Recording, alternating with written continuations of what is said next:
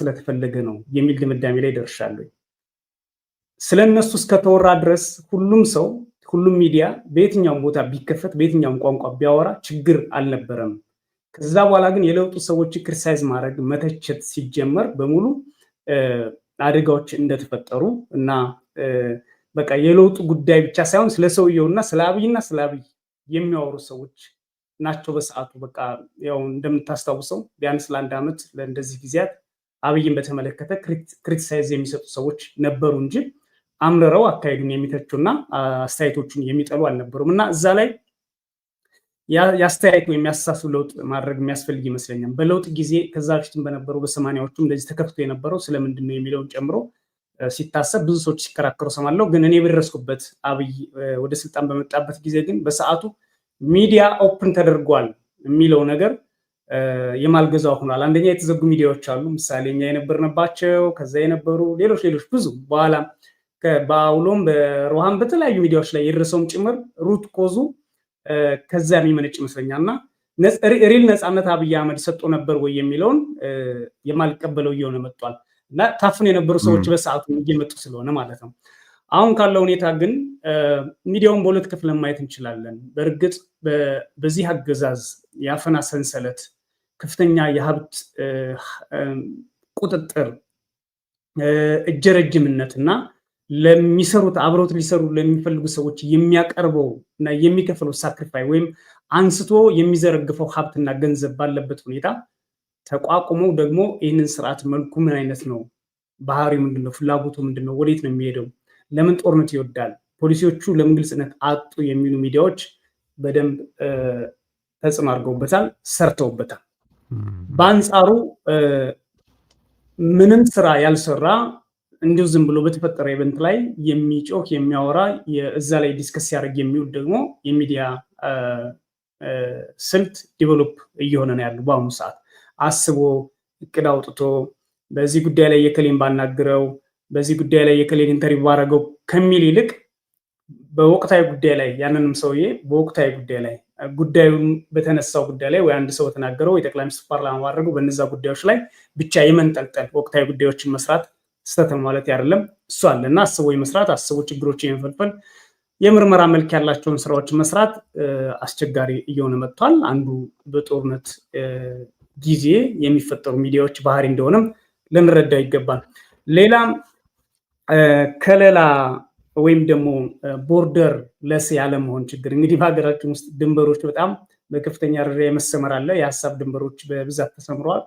እነዛን ጥሶ ለመስራት የሚደረገው ጥረት እንደ ነውር እንደ ታቡ በማህበረሰብ የሚያስወግዝ በህዝብ እንደ ባንዳ የሚያስቆጥር ፖለቲካሊ መሬት ላይ ትግል ለሚያደርጉትም እንደ ውርደትና እንደ ከዳሃቸው የሚያስቆጥር ሲሪየስ የሆነ ያስተሳሰብ ችግር አለ በሚዲያው በኩል። በዚህ ምክንያት በአንድ ሀገር ውስጥ ለመኖር በተቸገረ ህዝብ ላይ በአንድ አገዛዝ በየቀኑ በድሮን በጥይት በሚያልቅ ህዝብ ላይ በአንድ አስከፊ የስርዓት ውድቀት በገጠመው ሀገር ውስጥ እና በአንድ ባንዲራ ስር ባለ ህዝብ ውስጥ የሚፈጠሩ ችግሮችን የሚሰሙ የነፃነት ድምፆችን የሚሰሙ የሲቃ የበደል የማንነት የዘር ማጥፋት ወጃዎችን በሙሉ አንደበት የኔ ናቸው ብሎ የጋራ ነው ብሎ ሚዲያው እንዳይሰራ ከፍተኛ እንቅፋት ሆኗል። ይሄ ፖለቲካው ወሰኖች አሉ።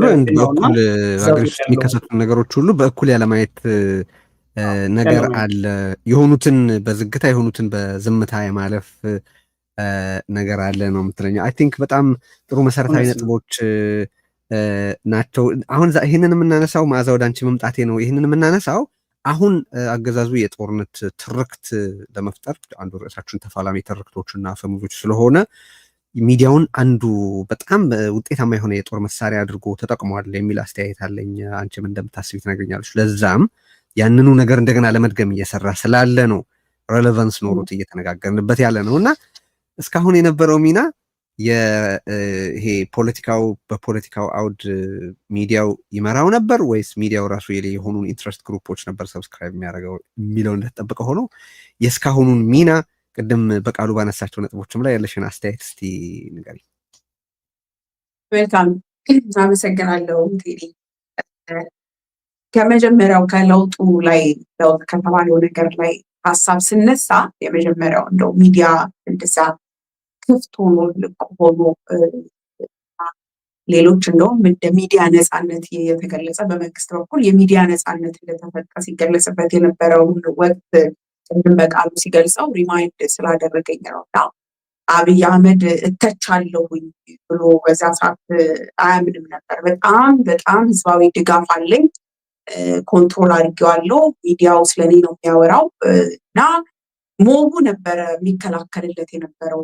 ተቻለው ብሎ አያስብም። ከዛ በኋላ በየትኛው መልኩ ስርዓቱን የሚተች እንደ ትንሽዬ ጥያቄ የሚያነሳ ጥያቄም አይደለም እንደወንድች እንኳን ቢያደርጋት የሚለው አብይ አህመድ ከማሰሩ በፊት አብይ አህመድ ሚዲያዎቻችንን ከመዝጋቱ በፊት ነገሮችን ከማፈኑ በፊት ቀድሞ ሞቡ ነበረ ማለት ይቆፍለት የነበረው የሚያስርለት አይደል የሚያሸማቅቅለት ጸጥ የሚያስብልለት እንዳትናገር ንቅ አድርጎ የሚይዝለት ስለነበር እንደውም አብይ አህመድ ታዋቸው አይነት ባይ ገላጋይ አይነት ካራክተር ሁሉ አይነት የመንግስት ሚና አይነት ጨዋታ ነበረ የሚጫወተው የነበረው። ከዛ በኋላ ነው እንግዲህ እንዳየኸው ትክክለኛው ድምፅ መሰማት ሲጀምር እውነት ትክክለኛው ማለት ከያቅጣጫው ሊሰማ የሚገባው ህዝቡ የሚመርጠው አዋቂ ነኝ ብለህ ሳይሆን ያለውን ነባራዊ ሁኔታ ስታሳየው እውነተኛው ድምፅ መሰማት ሲጀምርና ሰው ኮስችን ማድረግ ሲጀምር እውነተኛ ማንነቱ የወጣበት እውነተኛ የሚዲያ ኢንተረስቱ ምን እንደሆነ ሚዲያ ምን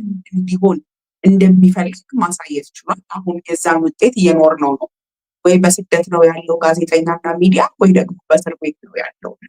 ይሄ ትክክለኛ ነገር ውስጥ ከሚወጣ የታየው አንደኛው ኮስሞቲክ አንደኛው ህዝቡንም ዓለምንም የሸወደበት ትልቁ እንደውም መነጽር የሚዲያው መነጽር ነው ብዬ ነው የማስበው። ሚዲያ ላይ አሳይቶት የነበረው ሰዎች ኢሳት ኢትዮጵያ ቢሮ መክፈቱ ወይም ቢሮ መክፈቱ እንደ ትልቅ ዜና እንዲነገርና እንደ ትልቅ የስኬት አጀንዳ ተብሎ ብቻ እንዲታይ እንጂ ኢሳት ውስጥ ምን ይነገራል ወይም ምን ያስተላልፋል፣ ማን ምን ያወራል፣ መጀመሪያ የትግሉ ውጤት የለውጡ ውጤት ይሄ ነው ወይ ምንድን ነው የሚለው ነገር እንዲሰማ ለመፈለጉ ራሱን የቻለ ትልቅ ኢሹ ነበረ ብዬ አስታውሰዋለሁ ያንን ወቅት።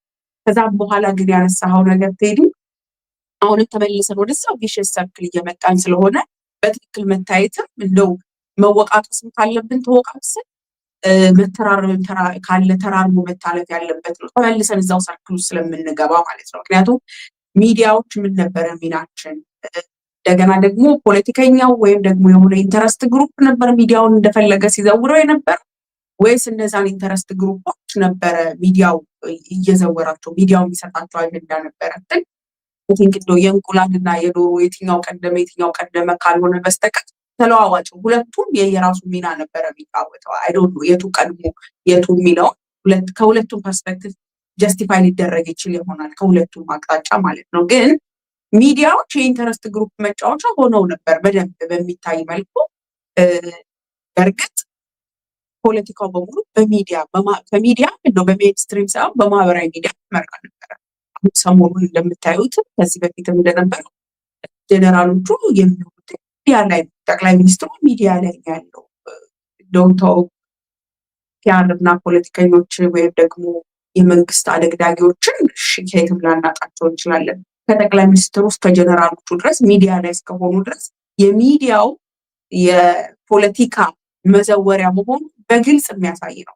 ጦርነቱን ህዝባዊ የሚያደርጉበት ትልቁ መሳሪያቸው ሚዲያ የፖለቲካል ኢንተረስት ያላቸው ወይም የጦርነቱ ስቴክሆልደርስ የምንላቸው ባለቤቶች የምንላቸው ለእኔ ለምሳሌ የቀደመውን የሰሜኑን ጦርነት ስናስታውስ በትግራይ ህዝብና በአማራ ህዝብ መካከል የሚደረግ ጦርነት ተደርጎ እንዲሳል በኋላም እንዲሆን ያደረገው ሚዲያውን በመጠቀም ነው። መጀመሪያ ባለቤቶቹ ፖለቲከኞቹ ነበሩ። መጀመሪያ ባለቤቶቹ ህወሓትና ፌዴራል መንግስቱ ናቸው ብዬ ነው የማስበው። እንደዛም ነበረ። በኋላ ላይ ሂደቱ ሲሰፋ ጨቆናው፣ በደሉ፣ ግፉ፣ ሰቀቀኑ እየበዛና በእያንዳንዱ ቤት እየተንኳኳ ሲመጣ ያንን ጦርነት ህዝባዊ አድርጎ በደንብ አድርጎ ለማቀጣጠል ትልቁን ሚና የወሰደው ለኔ ሚዲያ ነው፣ ጋዜጠኛ ነው። እያንዳንዱ በልኩ ባለቤትነቱን መውሰድ በልኩ እርማቱን፣ ወቀሳውን፣ ምናልባት ፍትህም ከመጣ ተጠያቂነቱን ሁሉ መውሰድ መቻል አለበት።